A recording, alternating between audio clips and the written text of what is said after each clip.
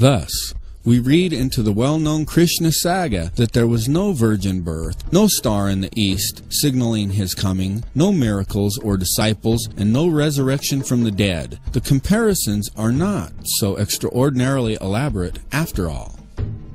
Robertson also stated, "The case in favor of the assumption of Christian priority has been in a general way strengthened by the precise investigation of Hindu literature, which has gone to show that much of it, as it stands, is of far later redaction than has been once supposed." This is Dionysus, depicted as a crucified figure. Timothy Freak and Peter Gandy feature a picture of this amulet on the cover of their book, The Jesus Mysteries. However, this amulet dates centuries after the 1st century AD. Concerning Dionysus turning water into wine, one historical and theological study explained, "The ancient literature says that there was a spring with clear, sparkling, wine-colored, very pleasant-tasting water in which the newly born Dionysus was bathed. Also, a spring in the temple flowed with wine. At Elis, the priests of Dionysus placed 3 large empty cauldrons in a sealed room to find them filled with wine when they returned the next day." However, from these references, it is obvious that there are significant differences between the Dionysus legend and the story in John 2.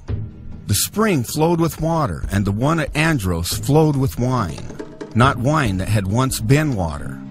And the empty cauldrons in the Elis temple were filled with wine, rather than water subsequently changed into wine, key elements in John's story. These differences have convinced most scholars that John or his tradition is not dependent on the Dionysus legend for this story. The available accounts of Dionysus's birth indicate that Dionysus was not born of a virgin. Again, there are multiple versions of this myth.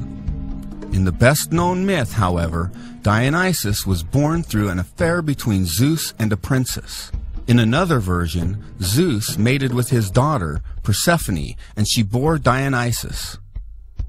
In the first version, Dionysus was saved as a fetus in the underworld, and in the second, his heart was saved. Both the heart and the fetus were brought to Zeus, and Dionysus was born a second time by Zeus, making him the twice-born god. Thus, Dionysus was neither resurrected nor born of a virgin. This is Mithra, who was born when he emerged from a cave, not a virgin birth like Jesus. In his book, Image and Value in the Greco-Roman World, Richard Gordon writes that there is no death of Mithras, and thus there is no resurrection of Mithra.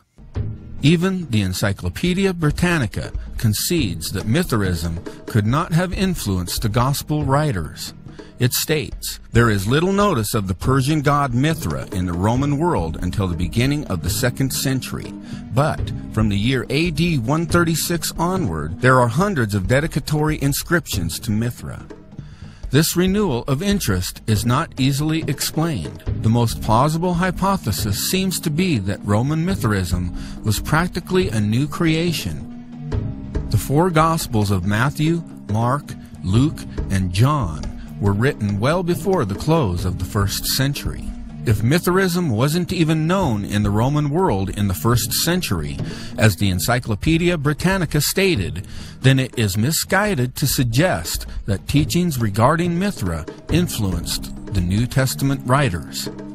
As for resurrections, academic scholars of religion acknowledge that there is no evidence for the belief that any of these mythical deities were believed to have risen from the dead prior to the time of the New Testament and Jesus. Dr. Walter Burkert, a Greek religion scholar and author, stated, "There is no evidence for a resurrected Attis. Even Osiris remains with the dead." Any allegations of 16 other saviors who all resemble the same characteristics of Jesus is most likely based on the book entitled The World's 16 Crucified Saviors by Kersey Graves. This book is an unreliable source. Even atheist Richard Carrier criticized The world's 16 crucified saviors is unreliable, but no comprehensive critique exists. Most scholars immediately recognize many of his findings as unsupported and dismiss Graves as useless. After all, a scholar who rarely cites a source isn't useful to have as a reference, even if he is right. Dr. Norman Geisler wrote, "The only known account of a god surviving death that predates Christianity is the Egyptian cult god Osiris. In this myth, Osiris is cut into 14 pieces, scattered around Egypt, then reassembled and brought back to life by the goddess Isis.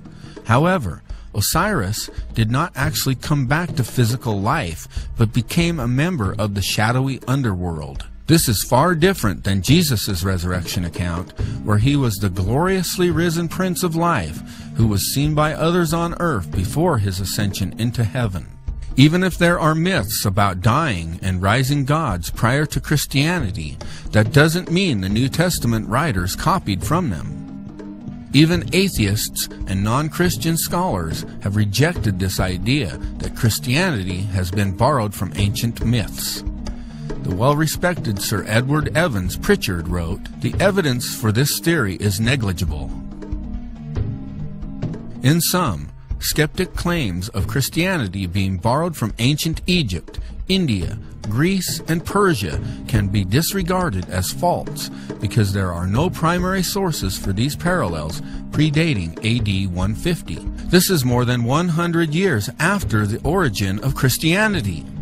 Before AD 100, all of the mystery religions were still mostly confined to localities, but after AD 100, they gradually began to attain popularity throughout the Roman Empire.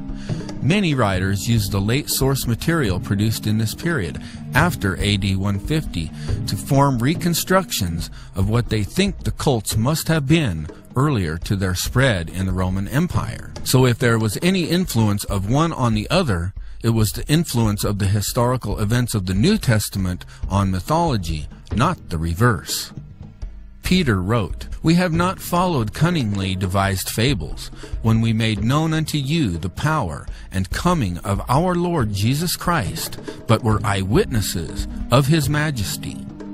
Critics note that the sacred day of worship of the pagan god Mithra was Sunday, as if Christianity had stolen this Sunday worship. However, Jews and Jesus celebrated the Sabbath on Saturday, the seventh day of the week, just as God spoke through Moses. "Remember the Sabbath day, to keep it holy. 6 days shalt thou labor, and do all thy work. But the seventh day, Saturday, is the Sabbath of the Lord thy God."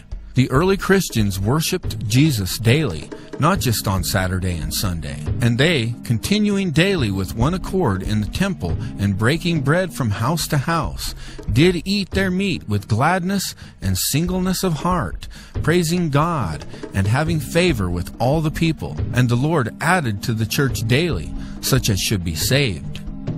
In the early 4th century, it was Constantine who made Sunday a rest day. His Sunday law of March 7th, AD 321 read, "On the venerable day of the sun, let the magistrates and people residing in the cities rest, and let all workshops be closed." And what about the date of December 25th? Did the New Testament writers steal the birthday of Jesus from the myth of pagan gods? Author Acharya S. suggests in her book, The Christ Conspiracy, that the sun dies for 3 days at the winter solstice, to be born again or resurrected on December 25th. The commonly accepted story is that Jesus was born on December 25th, not that he died, was born again, or resurrected, as Acharya S. parallels. But nowhere in the Holy Bible do we find any reference to the birth of Jesus being on December 25th. This date of December 25th was chosen later in AD 354 by Roman Bishop Liberius, based on pagan thought and the Roman tradition of Saturnalia, rather than on biblical truth.